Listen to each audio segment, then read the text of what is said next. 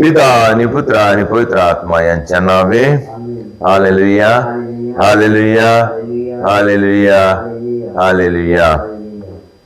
ख्रिस्तामध्ये उपस्थित प्रिय बंधू आणि भगिनीनो, सर्वांना जय येशू. प्रभू परमेश्वर शक्तिमान आहे, तो सर्वशक्तिमान आहे. तो आजही आपले कार्य करत आहे. सृष्टीच्या आरंभापासून तर आजपर्यंत परमेश्वर पिता कार्यरत आहे. प्रारंभी देवाने सृष्टीची निर्मिती केली, त्याच्यानंतर आदामाने हेवेला बनवलं आणि त्याच्यानंतर देव या पृथ्वीला सांभाळत आहे. पृथ्वीला सांभाळत आहे, मानव जातीला सांभाळत आहे, आम्हाला प्रेरणा देत आहे आणि वेगवेगळ्या योजना बनवत आहे. कारण परमेश्वर आमच्यावर खूप प्रेम करतो आणि आजही परमेश्वर आपले कार्य आपल्या वेगवेगळ्या योजनेनुसार पूर्ण करत आहे. आणि आम्ही पाहतो योहानाची शुभवर्तमान अध्याय 11 याच्यामध्ये आम्ही पाहतो की प्रभू परमेश्वराने आपल्या प्रभू येशू ख्रिस्ताला आपल्या पुत्राद्वारे लाजराला जिवंत केला. लाजराला जिवंत केलं. लाजर मरण पावलेला होता. मरण पावून 4 दिवस झाले होते त्याला कबरेमध्ये ठेवून. आणि तिथं जेव्हा प्रभू येशू आला, त्या कबरेपाशी जेव्हा आला, सगळे लोक रडत होते. मार्था आणि मरिया त्याच्या बहिणी ते दुःखात होत्या आणि ते प्रभूशी संभाषण करू लागले की प्रभू, तुम्ही जर इथं असता तर माझा भाऊ मेला नसता. तेव्हा येशू तिला म्हणाला तू विश्वास ठेवशील तर देवाचा गौरव पाहशील. परमेश्वराचा गौरव. प्रभूनं म्हटलं तुम्ही विश्वास ठेवाल तर परमेश्वराचा गौरव पाहाल. आज आम्हाला सुद्धा प्रभू सांगत आहेत. म्हणजे सांगण्याचा अर्थ असा की अवघ्या प्रारंभापासून जो परमेश्वर कार्य करीत आहे, तो परमेश्वर आजही कार्यशील आहे, कार्यरत आहे, कार्य करत आहे. म्हणजे परमेश्वर अजूनही आपल्या कार्याला थांबवलेले नाही आहे. आणि त्याचे कार्य कोणते? त्याचे कार्य हेच की तो आम्हाला मुक्ती देऊ इच्छितो. आमच्या मुक्ती योजनेसाठी परमेश्वर रात्रंदिवस कार्य करतो. आमच्या मुक्तीसाठी, आम्हाला अनंत जीवनाकडे नेण्यासाठी, म्हणजे त्याच्या कार्याला अनुभव करण्यासाठी, त्याची महिमा पाहण्यासाठी, त्याचे गौरव पाहण्यासाठी आम्हाला विश्वास करणे गरजेचं आहे. आजही प्रभू परमेश्वर कार्य करत आहे. वेगवेगळ्या ठिकाणी, वेगवेगळ्या चमत्काराद्वारे, वेगवेगळ्या कार्याद्वारे परमेश्वर आजही कार्य करत आहे.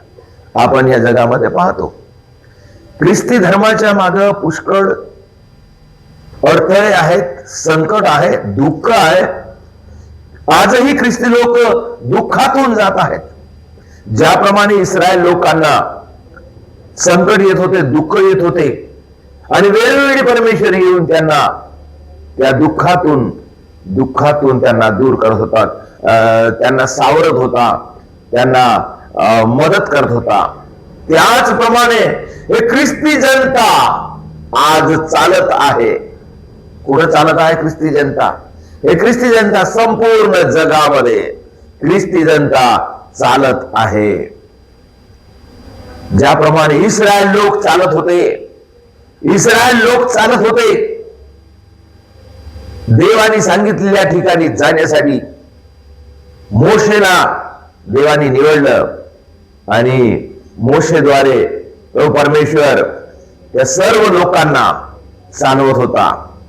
आणि जाताना त्यांच्या प्रवासामध्ये ज्या काही अडचणी येत होत्या, जे काही संकट येत होते, जे काही त्यांच्या समोर कठीण परिस्थिती होती, ते सर्व परमेश्वर दूर करत होता आणि ते जात होते, चमत्कार करत होता. प्रभू परमेश्वर दर्शन देत होता त्यांना. अशा प्रकारे त्याचप्रमाणे प्रिय बंधू आणि भगिनींनो, आज ख्रिस्तीय जनता चालत आहे वेगवेगळ्या कार्यामध्ये, ते आपले कार्य करत आहेत वेगवेगळ्या मिशनद्वारे, वेगवेगळ्या संस्थेद्वारे, वेगवेगळ्या समाजाद्वारे, वेगवेगळ्या संघाद्वारे आपले कार्य करत आहेत आणि समोर जात आहेत. यांची यात्रा कोणती? या ख्रिस्ती लोकांची यात्रा कोणती? अनंत जीवनाकडे, स्वर्गाकडे हे वाटचाल चालू आहे. त्यांना दुःख येत आहेत, संकट येत आहेत, वेळोवेळी जागोजागी त्यांची छळणूक होत आहे, त्यांना हाल अपेक्षा सहन करावा लागत आहेत, त्यांना दुःख होत आहे, त्यांना कठीण परिस्थितीचा सामना करावा लागत आहे. वेगवेगळ्या ठिकाणी, वेगवेगळ्या देशामध्ये, वेगवेगळ्या राष्ट्रामध्ये वेगवेगळे संकट येत आहेत. तरी परंतु परमेश्वर त्यांच्या सोबत आहेत, आम्हा सर्वांसोबत आहेत. आणि परमेश्वर आमच्या जीवनामध्ये येणाऱ्या प्रत्येक अडचणीला दूर करत आहे. अजूनही आम्ही पाहलो माग छत्तीसगड मध्ये 2 शिस्त लोकांना जेलमध्ये टाकण्यात आलं, आणि ओडिसामध्ये पुष्कळ लोकांना छळ करण्यात आलं.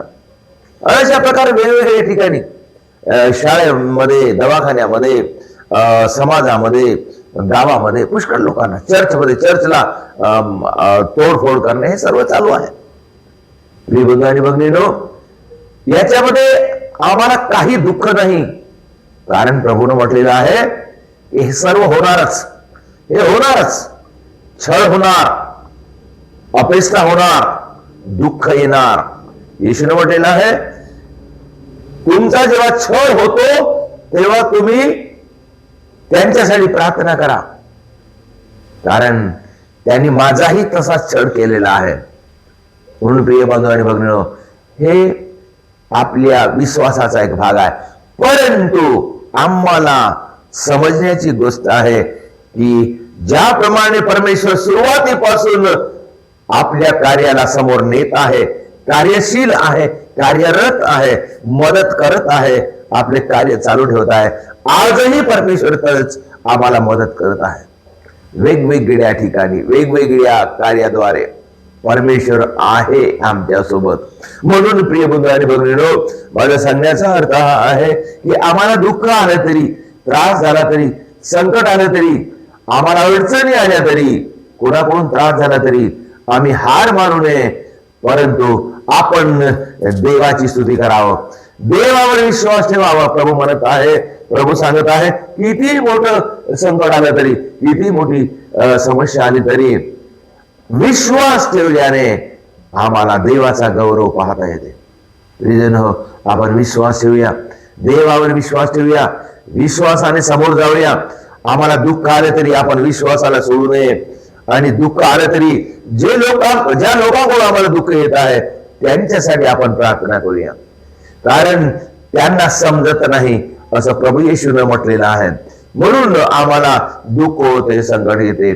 प्रियजनो, फक्त छळणूकच नाही तर कोणतीही गोष्ट असेल तरी, बिमारी असेल, आजार असेल, काही असेल तरी प्रभूचं वचन म्हणत आहे, येशू म्हणत आहे, ज्याप्रमाणे मार्था आणि मरियेला सांगितल्याप्रमाणे त्या येशूने म्हटलेलं आहे, तू विश्वास ठेवशील तर देवाचे गौरव पाहशील.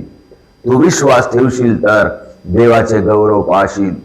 आपल्या जीवनामध्ये आम्हाला कधी कधी एवढी आमचे हाल एवढे कठीण होते, आम्ही दुःखामध्ये येतो, संकटामध्ये जातो. आम्ही कधी कधी आम्हाला असं वाटते का आम्हाला आता समोर जाता येत नाही, जीवन जगणे कठीण झालेलं आहे, बिमारी आहे, संकट आहे, बंधन आहे, गरिबी आहे, कर्ज बाजार आहे, सर्व आहे. परंतु या सर्वांमध्ये प्रभू येशू आम्हाला हेच सांगत आहे, प्रभूवर विश्वास ठेवाल तर तुम्ही प्रभूचे गौरव पाहाल. प्रभूचे गौरव आमच्या जीवनामध्ये पाहण्यासाठी, त्याच्या कृपेचा अनुभव करण्यासाठी आपण देवावर विश्वास ठेवूया. देवावर विश्वास ठेवून आपण कार्य करूया. कारण देवाची कृपा हे फार आमच्यासाठी फार महत्वाची आहे, फार मोठी आहे आणि त्याच्या कृपेने आम्हाला जीवन जगता येते.